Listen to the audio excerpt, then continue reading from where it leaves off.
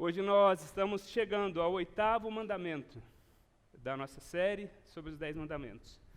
Desculpa, meus irmãos, eu fico emocionado ao pensar no que Deus nos deixou aqui, que preciosidade.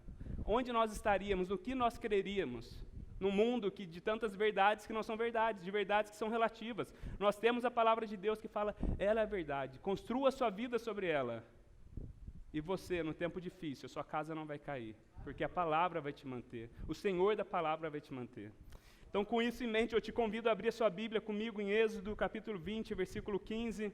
Nós estamos chegando hoje no 8º mandamento da nossa série dos 10 mandamentos, série que nós intitulamos como Leis que Revelam Graça, porque nós temos visto que essas leis, que a cada semana nós vemos no final, o objetivo delas era que Deus revelasse graça ao seu povo, revelasse verdade, libertação.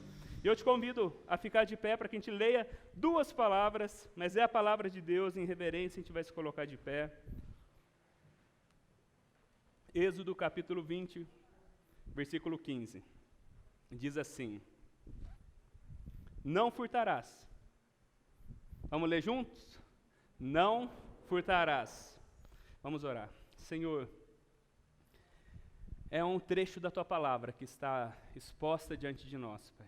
E como nós falamos aqui, Deus, que verdade maravilhosa que nós temos quando semana após semana nós nos debruçamos sobre a Tua palavra para que ela possa nos ensinar, Pai. Por isso, nessa manhã, pedimos que o Senhor possa sondar o nosso coração, Pai, que o Senhor possa transformar as nossas vidas, Deus, que o Senhor possa nos fazer mais parecidos com o Senhor, Pai. Que o Senhor possa nos libertar das mentiras que muitas vezes nos amarram, Pai, e que não permite que nós vivamos uma vida de entrega ao Senhor, Pai. Das mentiras que muitas vezes nos chamam a colocar a nossa confiança nelas, enquanto nós deveríamos depositar nossa confiança somente na Tua palavra, Deus. Por isso nós pedimos que nessa manhã o Senhor possa se revelar mais a nós através da Tua palavra. Que o Teu Santo Espírito tenha total liberdade no nosso meio, porque se Ele não estiver aqui, serão palavras faladas ao vento, Pai. Nós não queremos isso, Pai, nós queremos o poder do Espírito transformando os nossos corações, Deus, mudando a nossa mente, Deus, nos conformando à Tua imagem, Jesus. Faz isso com cada pessoa aqui nessa manhã. Habite ricamente no nosso meio através da Tua palavra. Espírito Santo de Deus, nós te pedimos assim, usa a minha vida, o Senhor sabe quanto eu sou falho, quanto eu sou pecador, quanto eu necessito da Tua graça, Deus, para comunicar essa verdade, Deus, que é muito maior do que eu, Pai. Por isso eu peço que pela Tua graça o Senhor possa me usar nessa manhã, Pai. Em nome de Cristo é que eu oro. Amém. Amém. Pode se sentar. Eu não sei quantos têm acompanhado os noticiários. Uma notícia que repercutiu durante toda a semana. Na verdade, essa notícia ela foi suprimida, né, pela morte da cantora, pela triste notícia da Marília Mendonça, eu estou perdido no tempo, foi sexta-feira que ela morreu, né, sexta-feira, mas antes disso tinha uma notícia que estava desde domingo, em destaque na mídia, nos jornais, era a notícia de uma ação policial que aconteceu aqui próximo da nossa cidade, na cidade de Varginha, onde um bando de homens bandidos, 26 homens, eles foram mortos numa ação policial. E é algo triste de noticiar, porque mesmo se tratando de homens que praticavam mal, nós sabemos que como cristãos nós nunca devemos nos alegrar diante da morte de outro ser humano, que é feito à imagem e semelhança de Deus. Mas o ponto é que esses homens, eles tinham alugado 2 chácaras na cidade de Varginha, eu não sei quantos viram essa notícia, e eles planejavam mais um dos seus roubos, das suas ações audaciosas. Um grupo ficaria numa chácara, apenas 3 quilômetros do quartel-general de Varginha, isso é proposital, não foi por engano que eles alugaram lá, e o outro grupo do outro lado da cidade. O plano era, enquanto um grupo ia atacar o Banco Central de Varginha, né, acho que era o Banco Central, que tinha uma quantia estimada, Banco do Brasil, uma quantia estimada, o João que trabalha com acho que era de 50 milhões, parece que eu vi, tinha no cofre, 50 milhões de reais. Enquanto esse grupo ia nessa audácia de, ali com aqueles armamentos pesados, atacar o banco, o outro grupo sairia, que estava a 3 quilômetros do quartel-general da polícia, e na frente do portão principal eles começariam a atirar para que a polícia não pudesse sair para contra-atacar os bandidos. E eu não sei se vocês já viram, está acontecendo direto no Brasil essas ações. Esses homens, eles agem sem piedade. Eles colocam, às vezes, civis que estão passando na rua, colocam na frente do carro amarrado para que a polícia não atire no carro. Eles usam armamentos literalmente pesados, bombas, metralhadoras, deixando muitas vezes cidades inteiras reféns do medo. Aconteceu acho que em Araraquara, algumas semanas atrás. E por que eles fazem ou faziam tudo isso? Mas tem outros grupos, né? Uma resposta simples seria para pegar indevidamente algo que não era deles. Não pertencia a eles. O que nós conhecemos e o que nós chamamos de roubo. A definição de roubo, segundo o dicionário, é apropriação de objeto alheio com emprego de violência física ou psicológica. Mas aí a gente leu, não furtarás, né? O furto já é caracterizado pela apropriação desse objeto sem a força. É você pegar sorrateiramente algo que não é seu. Algumas versões, elas dizem não roubarás, outras versões dizem não furtarás. O ponto é, as duas ações são proibidas nesse mandamento. E talvez, eu gosto disso, porque quando a gente começa a estudar o mandamento, eu acho que no começo o pessoal fica meio empolgado, né? Fala assim, tranquilo, esse aí, assim como não matarás, esse aí eu acho que eu estou cumprindo também, porque eu não faço parte de bando nenhum, eu não sou uma pessoa corrupta, esse mandamento eu tenho cumprido. Saiba que você não está sozinho nesse tipo de pensamento.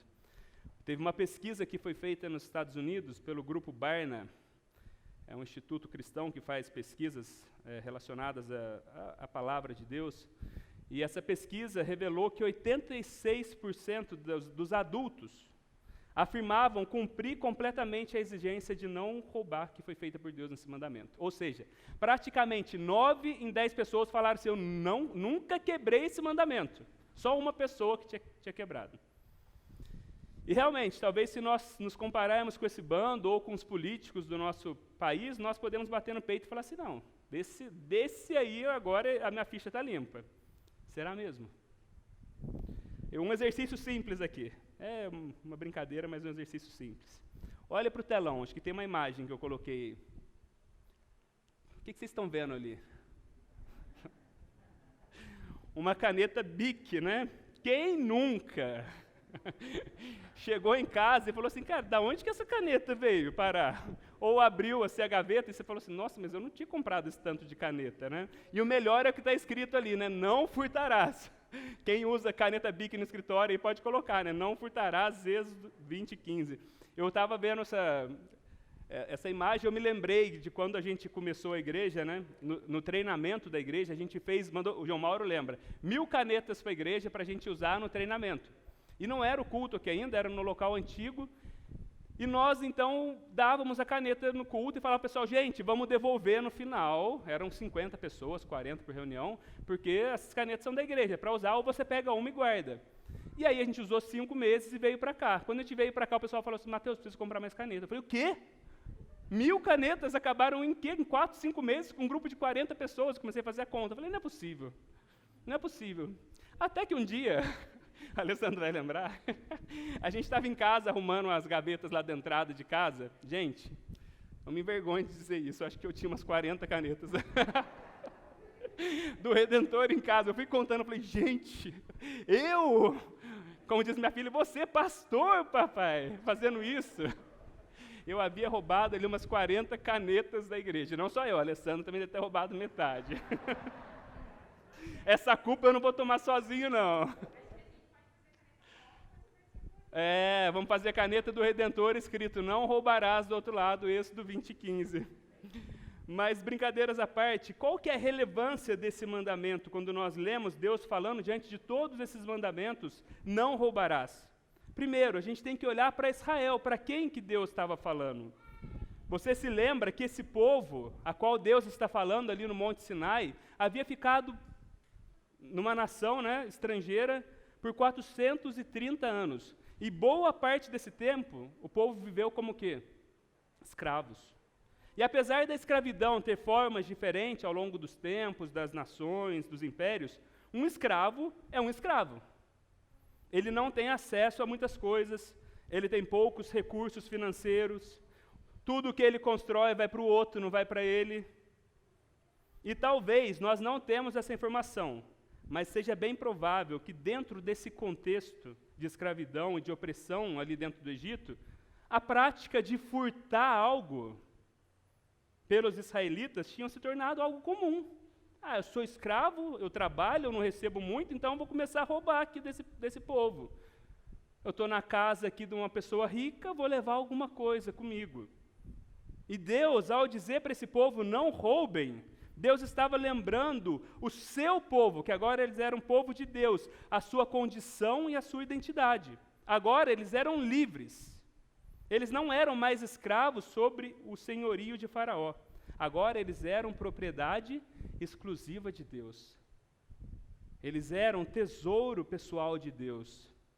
Eram filhos do Rei soberano e Criador de todas as coisas. E isso implicava que agora eles não precisariam mais viver com medo de que algo lhes faltasse ou cobiçando as posses de outros. Eles deveriam agora viver como filhos que foram libertos e não mais como escravos na opressão.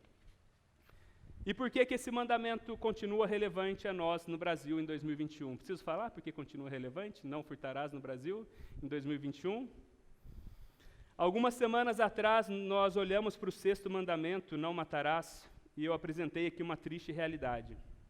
A realidade é que a nossa nação, ela carrega o título da nação mais violenta do mundo. O Brasil é a nação onde que mais tem homicídios em números absolutos do mundo. E a outra fama que nós carregamos é de ser uma nação extremamente corrupta. O que está ligado ao homicídio, certamente. A corrupção e o homicídio estão ligados uns com os outros. Mas o interessante é que se nós fizéssemos uma pesquisa, ou se tivesse um instituto que no Brasil fizesse uma pesquisa igual aquela dos Estados Unidos, e falasse assim, quantos brasileiros adultos acham que cumprem esse mandamento? Eu acredito que a gente não seria muito diferente o resultado não seria muito diferente dos apresentados nos Estados Unidos. A maioria dos brasileiros, quando você começa a conversar com a pessoa, fala assim, não, eu sou uma pessoa boa, eu não faço nada de mal. Então por que o Brasil é essa bagunça, se todo mundo é bom? Não é verdade? A realidade não revela isso. A realidade que nós vivemos é que nós estamos imersos em uma cultura de corrupção, e que celebra, e que se orgulha, a gente se orgulha do nosso jeitinho brasileiro. Ok, tem coisa no nosso jeitinho brasileiro, uma pequena parte que é boa, que a gente conseguia, às vezes, lidar com uma situação difícil, ter jogo de cintura, mas, na maior parte dos casos, o jeitinho brasileiro é simplesmente uma forma de fazer algo trapaceando alguém, omitindo uma informação, seja para o nosso próximo, nosso patrão, os nossos governantes. Nós, brasileiros, nós somos hábeis. Nós, porque eu me incluo nisso, eu sou brasileiro, somos hábeis em criticar os nossos governantes. Mas o que nós não percebemos é que eles são reflexo do nosso povo e da forma como nós vivemos. O cara não chega lá e fica corrupto lá. A corrupção vem de baixo, ela é endêmica no Brasil. Nós não somos um país corrupto porque os nossos governantes são corruptos. O sentido aqui é inverso. Nós temos governantes corruptos porque a nossa nação, ela é corrupta. Enquanto nós não entendemos isso, o processo de mudança vai ser mais difícil. E a Bíblia, ela diz que a mudança para toda essa bagunça começa no coração de cada pessoa através do Evangelho de Cristo. É algo de dentro para fora. Jesus fala de onde vêm os furtos, de onde que vem a cobiça, vem do coração. Mas este mandamento, ele vai além do simples não pegar uma caneta Bic do seu irmão de forma violenta ou de forma sorrateira. E como nós temos feito semana após semana, nós começamos a olhar o sentido puro do mandamento e depois nós vamos ampliando ele. E a ordem explícita aqui é não furtarás, não roubarás, isso está claro.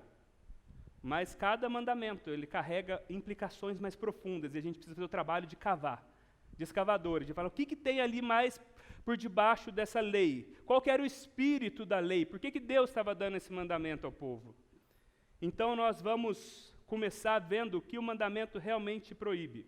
E para isso eu gostaria de usar o Catecismo de Heidelberg para nos ajudar nessa resposta, que ela é um pouco mais ampla. Catecismo é série de perguntas e respostas que são basilares da fé cristã. A gente acabou de estudar o Catecismo Nova Cidade aqui na igreja. O Catecismo de Heidelberg é um dos catecismos mais tradicionais da Igreja Reformada.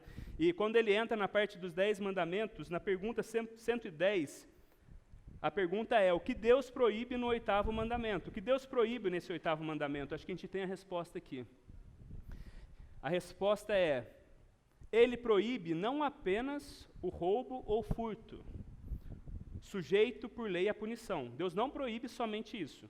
Aos olhos de Deus, o roubo inclui trapacear e fraudar nosso próximo por meio de esquemas que pareçam legítimos, tais como medições imprecisas de peso, tamanho ou volume, propaganda enganosa, dinheiro falso, juros excessivos ou qualquer outro meio proibido por Deus. Além disso, ele proíbe toda ganância e o desperdício inútil de seus dons.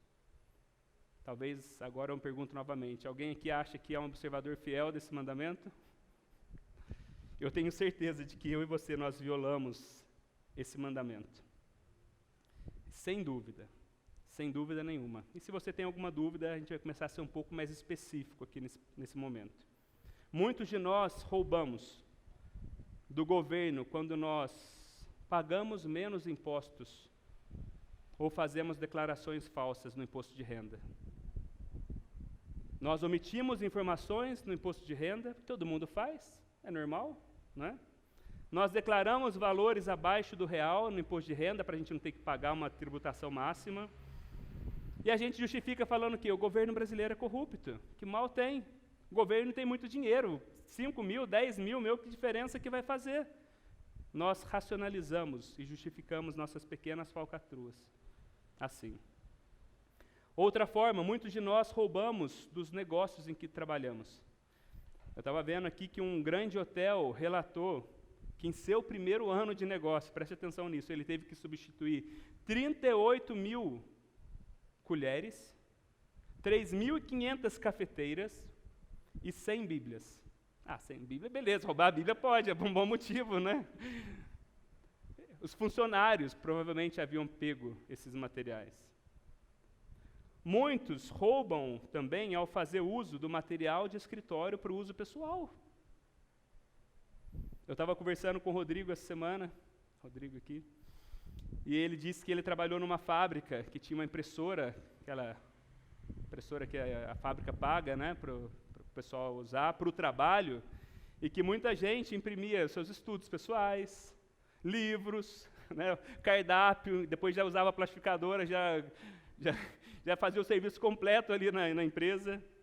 Quem nunca, né, gente? Quem nunca? Falou, é só algumas impressões, eu tenho que ler um material para a minha faculdade, são só 120 páginas, eu vou usar a impressora aqui da empresa, um material que não é meu, isso é roubo. Muitos funcionários também roubam com seu tempo. Eles ligam, falam assim, olha, eu estou doente hoje, quando muitas vezes eles não estão doentes, dão um atestado falso. Eles roubam horas que estão sendo pagas para fazer no horário de trabalho coisas pessoais, ou até mesmo para ficar acessando rede social, gente, como é comum isso hoje. Você chega num lugar para ser atendido, a pessoa está lá, no Instagram, no Facebook, no WhatsApp, resolvendo coisa pessoal. É roubo. Ela está recebendo para trabalhar para a empresa. Mas não tem muito emprego. Alguma coisa, não tem muito trabalho, alguma coisa ali ela pode fazer. Quando eu trabalhei na Irlanda em 2010, meu patrão era muito rígido, trabalhava num posto de gasolina. E ele não gostava de ver ninguém parado. E o que a gente fazia, quando não tinha trabalho, a gente bagunçava as coisas para arrumar de novo. Justamente para não ficar parado. Mas era a hora, ele estava pagando, então eu tinha que fazer alguma coisa. Eu tirava todos os produtos, passava pano embaixo. E eu achava que ele era mau, mas ele não era mau. Ele era justo, ele era correto, ele estava pagando a minha hora. E lá você recebe por hora, então a hora tem que ser trabalhada. Quer ver outra forma como esse mandamento ele é quebrado constantemente? Na propaganda e no marketing. Muitas vezes, o marketing ele consiste em fazer afirmações que não são verdadeiras. Dá um exemplo aqui. Todo mundo conhece. Tomou Doril, a dor sumiu. Quantos já tomaram Doril, a dor sumiu na hora? Difícil, né? A minha esposa, ela tem uma empresa de publicidade. Constantemente, a gente conversa sobre esse assunto. sobre como, se a gente não estiver atento, a gente pode ser levado pelo espírito do nosso tempo, por um espírito consumista, desenfreados, que tenta convencer as pessoas o tempo todo que elas precisam de alguma coisa desesperadamente, que muitas vezes elas não precisam, para que elas tenham sentido, para que elas sejam felizes. Certamente não é errado comercializar algo, divulgar uma informação de um produto, fazer uma embalagem bonita, não estou falando sobre isso. Eu até daria contra o que a gente faz, não é essa a questão. Contudo, nós precisamos, quem trabalha nessa área de marketing, hoje de mídia social, a pessoa quer enfeitar o negócio, aí faz um marketing maravilhoso da mídia social, você chega na empresa e fala assim, o quê? É o mesmo que estava no Instagram, mas lá era tão bonito, lá tinha tanta coisa, e aqui o negócio é passar uma imagem que muitas vezes não corresponde ao real. Nós precisamos fazer a seguinte pergunta: estou criando um desejo por algo desnecessário ou inútil? O ponto, eu acho aqui, é que tudo se resume na lei áurea do Evangelho de Cristo, quando ele fala, faça para o outro o que você quer que ele faça para você, e não faça para o outro que você não gostaria que fizesse com você. Essa é a verdade aqui. Agora, tem um ponto também onde muitas vezes esse mandamento ele é quebrado. Pense em vendedores de carros. E sem crítica, eu tenho amigo que é vendedor de carro. Mais do que um. Mas muitas vezes o que acontece é que o cara vende um carro pra gente, né? Você vai comprar, cara, esse carro tá perfeito, nossa, ó, saiu da funilaria, tá feita, motor tá refeito, fica tranquilo, você vai andar com ele 5 anos, não, isso é um carrão. Aí você compra, 2 meses, aí começa, vai pro mecânico, aí passa mais um tempinho, mecânico de novo, aí você vai descobrir que ele tinha feito uma maquiagem no carro, e que o problema estava ali, só esperando a hora de aparecer, né? Nós roubamos também, a Bíblia fala, quando nós não entregamos os nossos dízimos e ofertas ao Senhor. Malaquias 3:8 fala assim, pode um homem roubar a Deus? É uma pergunta, né? Pode um homem roubar a Deus? A gente pode roubar a Deus? Contudo, vocês estão me roubando. Isso aqui é Deus falando, vocês estão me roubando. E ainda perguntam, como é que te roubamos, Deus? Nos dízimos e nas ofertas. Eu sei que esse texto ele é muito abusado pelas igrejas que pregam prosperidade. Mas não deixa de ser verdade que quando nós não entregamos o nosso dízimo, a nossa oferta, para que a obra do Senhor avance, para que a igreja possa cumprir os seus compromissos e assistir aos necessitados, nós estamos roubando a Deus. É uma verdade. E ainda nós poderíamos falar dos golpes que são dados hoje com tanta frequência, da pirataria, do plágio, do uso sem licença dos programas em nossos computadores. Eu creio que nós poderíamos gastar aqui um bom tempo falando das formas como nós quebramos esse mandamento, diariamente. A realidade é que o roubo está em todas as partes, e em todos os níveis da sociedade. Mais baixo, no médio, na alta, na mais alta. Martinho Lutero, certa vez, disse que se nós olhássemos para a humanidade em todas as suas condições, ela nada mais é do que um vasto e amplo estábulo de ladrões. Interessante isso, né? Agora, a ordem no Antigo Testamento sobre roubo, ela é um tanto genérica. Deus simplesmente fala assim, não roubarás. Deus não fala assim o que você não deve roubar, o quando, ou porquê, ou de quem. É justamente porque Deus pretende reforçar a ideia de que, honestamente, você não deve roubar nada de ninguém, em nenhum tempo, por qualquer motivo. E aí nós vamos caminhando para o Novo Testamento. Eu queria analisar esse 8º mandamento com você, à luz do Novo Testamento, para ir ampliando ele. Eu acho que já ficou claro para a gente que a gente quebra esse mandamento, sim. E não são poucas as vezes, muitas as vezes, diariamente, assim como todos os outros. E quando nós chegamos no Novo Testamento, nós começamos a perceber nas falas de Cristo e dos apóstolos, que eles viam e tratavam o roubo como um problema do coração.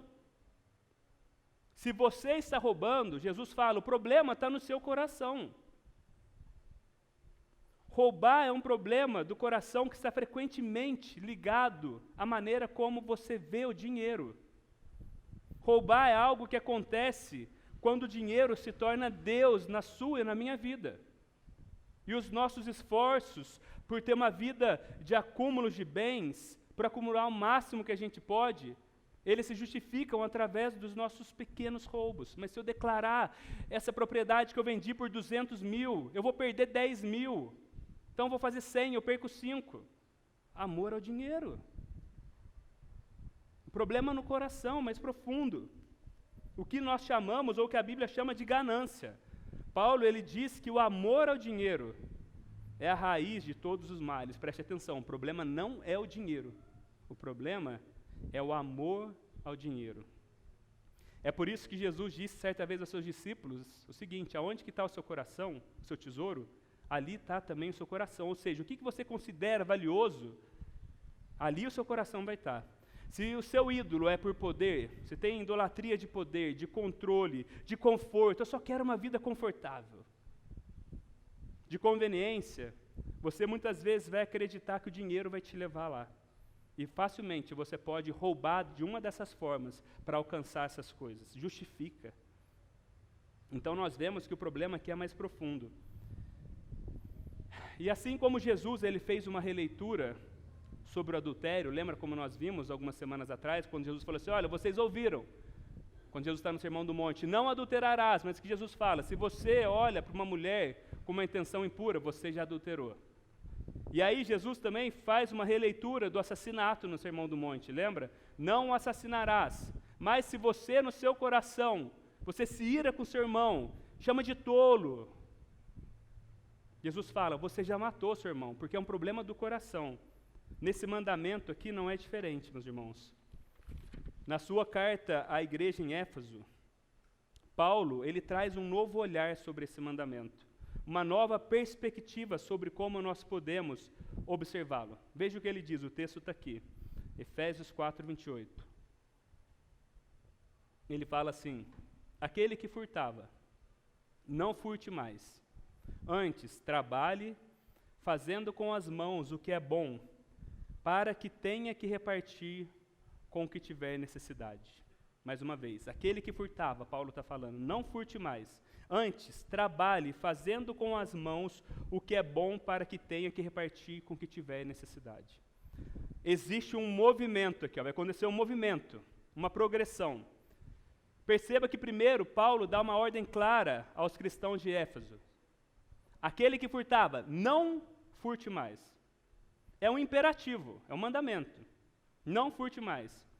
E esse imperativo se baseia em um indicativo. Eu vou explicar melhor. De quem eles eram. O indicativo é o que você é. E o imperativo é o que você deve fazer. Eles possuíam, Paulo está falando assim, ó, por que vocês possuem uma nova identidade em Cristo, indicativo?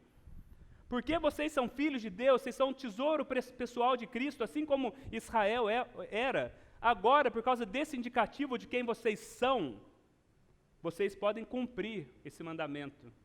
E podem não mais furtar. Vocês podem cumprir esse imperativo do Evangelho. Então Paulo fala, o primeiro movimento, aquele que furtava, não furte mais.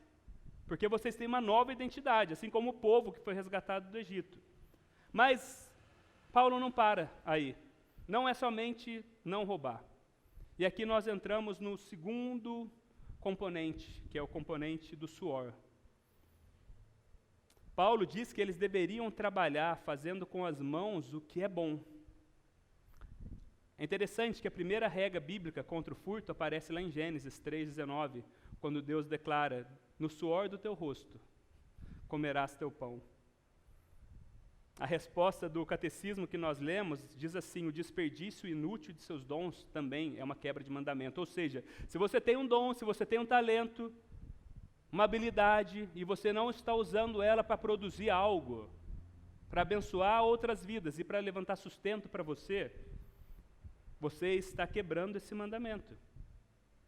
Paulo, ele ministrou por 3 anos na grande cidade de Éfeso, na sua terceira viagem missionária.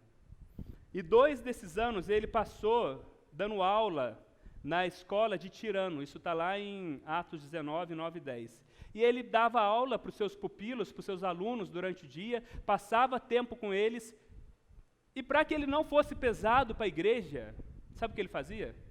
Ele construía tendas, de manhã e de noite.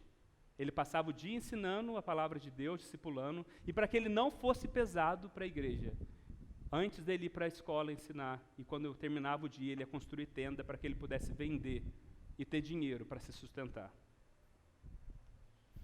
Ele chega a escrever para a igreja de Tessalônica o seguinte, eu acho muito interessante, o Paulo é muito direto. Às vezes a gente tem, a pessoa vem conversar e a gente fica, talvez você tenha que procurar um emprego e tal. E Paulo ele fala assim, olha, porque quando eu ainda estava convosco, falando na igreja de Tessalônica, vos mandamos isto, que se alguém não quiser trabalhar, não coma também. O sujeito é preguiçoso, o sujeito não trabalha, Paulo está falando, então não come. Nesse último mês, no dia 31, semana passada, domingo passado, nós celebramos a Reforma Protestante, 504 anos. A Reforma, para quem conhece, foi um movimento teológico e religioso que aconteceu no século XVI, de volta às Escrituras, um retorno às Escrituras, mas que trouxe reviravoltas em vários aspectos da sociedade, não somente dentro da igreja. As mudanças que a Reforma produziu acabou por tocar a vida humana em todos os seus aspectos e trouxe benefícios até para as pessoas que eram contra a reforma. Eu estou usando um pequeno livro nessa série chamado Os 10 Mandamentos, Princípios Bíblicos para Melhorar Relacionamentos, e o autor, Loron Wade, nunca tinha ouvido falar, ele relata algo interessante. Ele falando sobre Genebra, Genebra foi a vitrine do pensamento da reforma, João Calvino pastoreou em Genebra por longos anos. E ele conta que, na época que Calvino estava lá, na época da Reforma Protestante, muitas pessoas pobres moravam em Genebra. E à medida que a reforma ia acontecendo na Europa, Inglaterra, França, e a Inquisição pressionava essas pessoas, muitas pessoas buscavam refúgio em Genebra. Era um local seguro. Fugiam da Inquisição em Genebra. E o que aconteceu foi que Genebra ficou inundado por várias pessoas, que em sua grande maioria chegavam sem nada.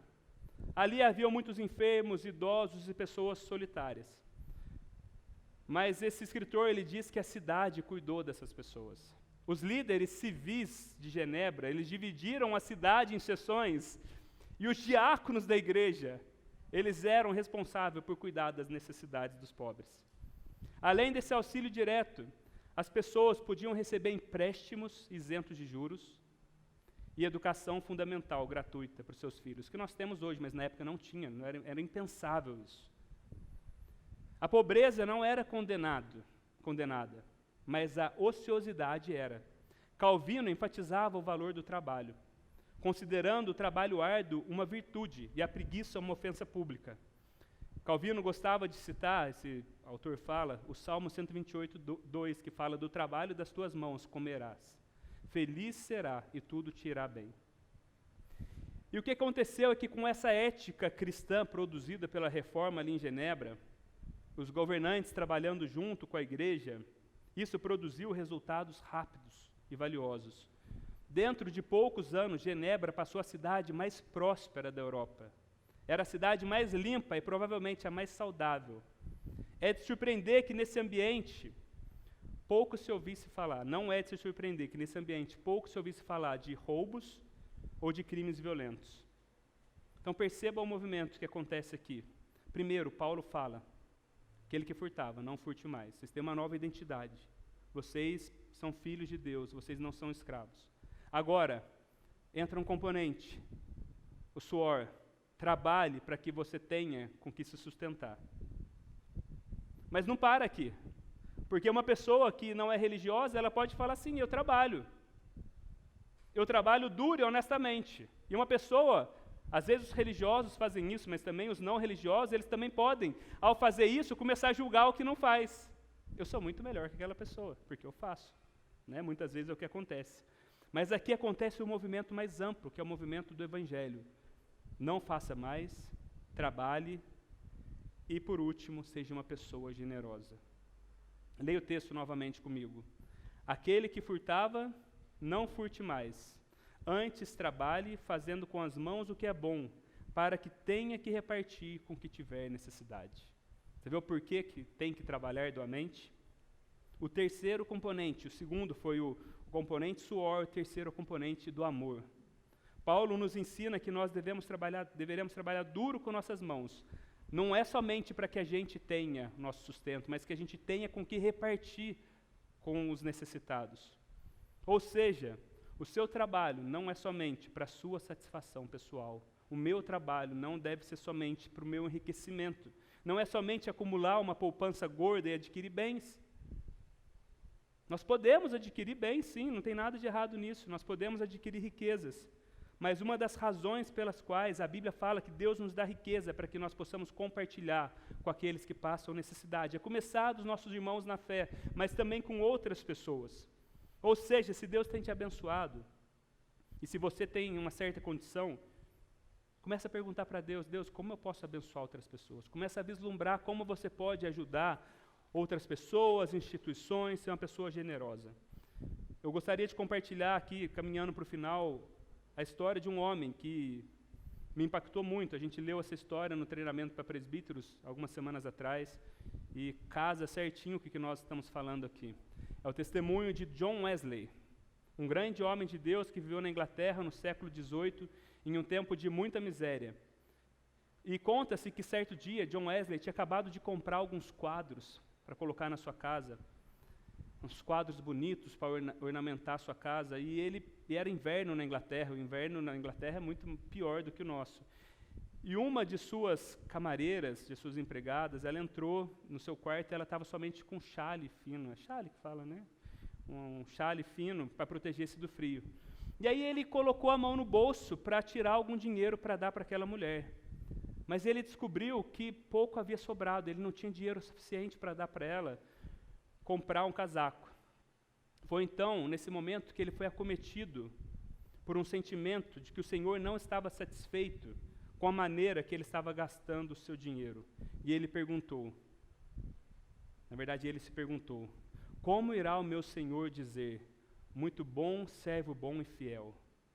Tens adornado as tuas paredes com dinheiro que poderia abrigar essa pobre criatura do frio.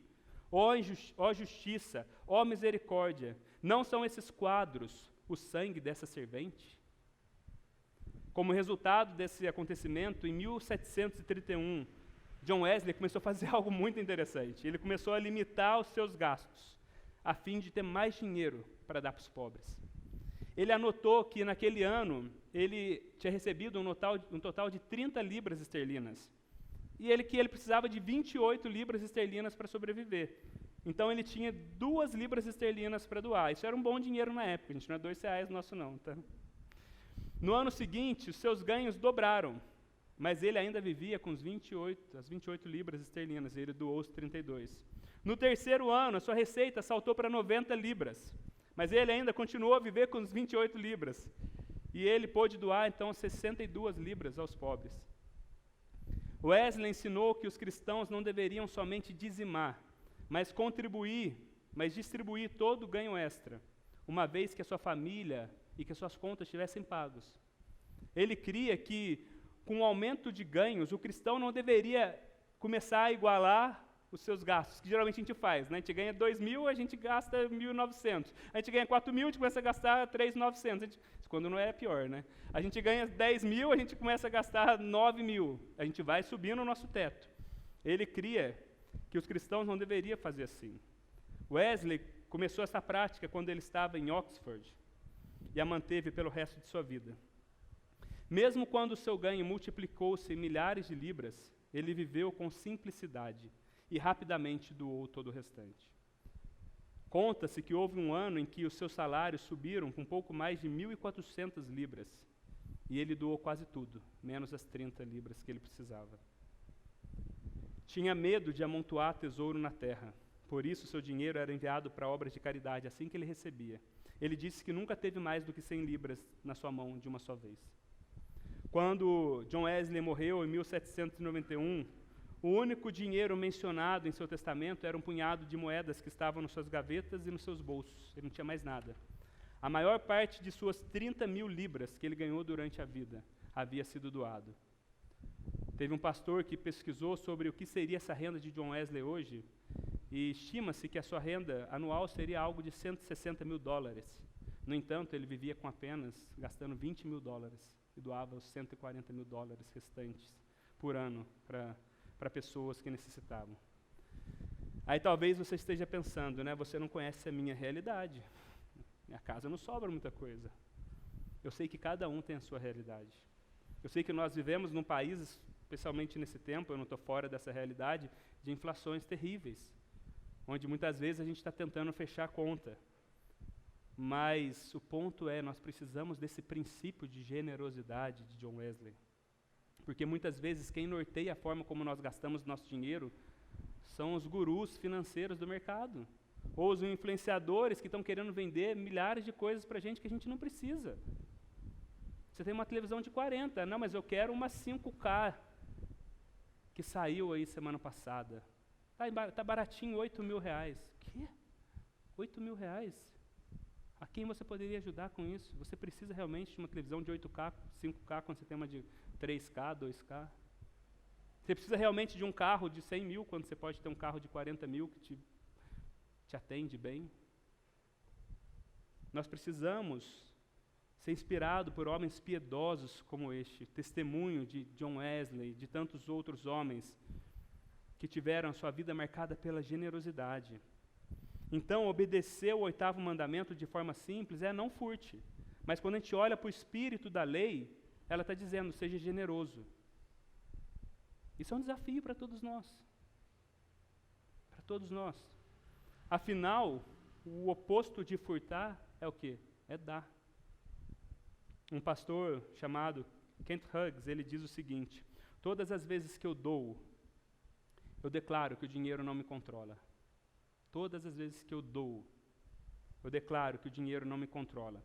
Ele continua dizendo, a perpétua generosidade é uma desdeificação do dinheiro. Você sendo generoso constantemente, você está dizendo, você está tirando o dinheiro como um Deus na sua vida. Você está falando, você não é Deus na minha vida, dinheiro. Você não me comanda. Eu tenho um Deus que comanda as minhas finanças. Então eu posso ser generoso, porque não vai me faltar. Eu não sou mais escravo, eu sou filho. Deus prometeu que supriria as minhas necessidades. Então, partindo para a conclusão, talvez diante de tudo que nós falamos, assim como eu, talvez você perceba que você precisa crescer muito na obediência desse mandamento. Quando eu estava estudando, eu falei, Senhor, se o Senhor contasse quantas vezes eu quebro esse mandamento num dia,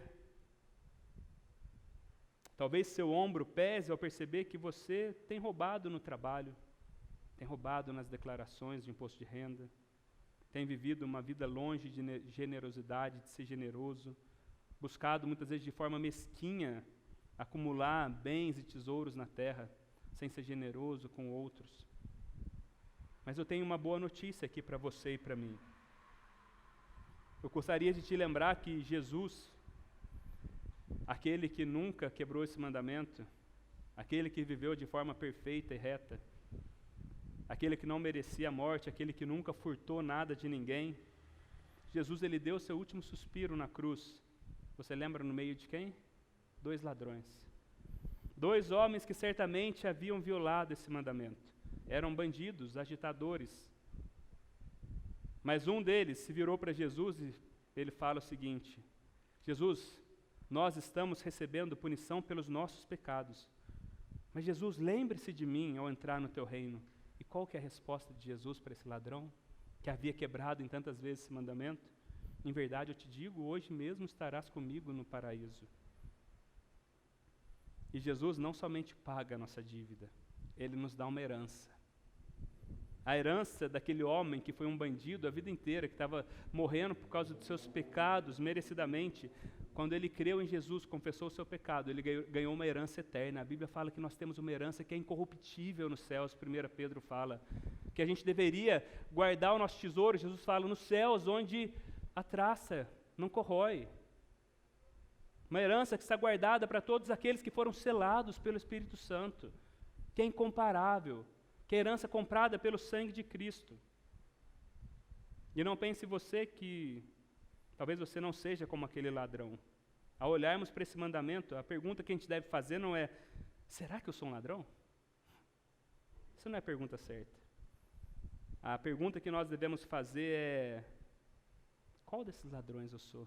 o que se arrependeu e confiou na justiça de Cristo e falou: Senhor, me perdoa porque eu tenho quebrado esses mandamentos, ou aquele outro que desprezou a Cristo. Todos nós precisaremos responder essa pergunta em algum momento na vida. Todos nós precisamos confiar na justiça e na obra de Cristo e nos arrepender da forma como muitas vezes nós estamos vivendo. Volte-se a Cristo hoje, se você tem quebrado esse mandamento, porque na cruz dele, como ele demonstrou para esse ladrão, tem perdão, tem graça, tem reconciliação. Vamos orar? Senhor, Pai Santo, nós, ao nos colocarmos diante da Tua palavra, Deus, nós temos um duplo sentimento, Deus, de que somos devedores e somos agraciados, Pai. Somos devedores porque não conseguimos cumprir a Tua lei, Pai.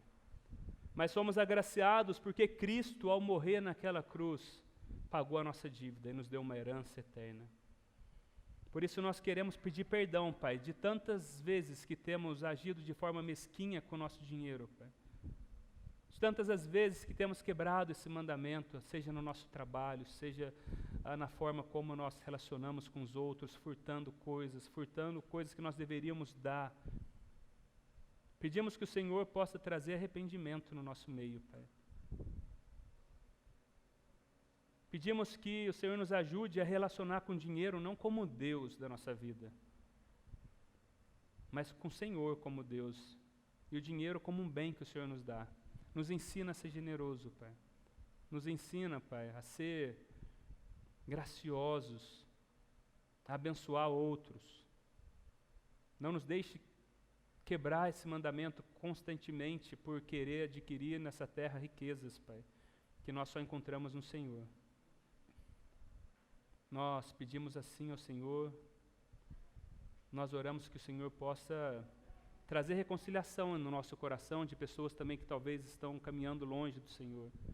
A pergunta não é, nós somos como esse ladrão, a pergunta é, nós nos arrependemos dos nossos pecados, que possa haver reconciliação nessa manhã de pessoas contigo. Eu oro assim, em teu nome. Amém.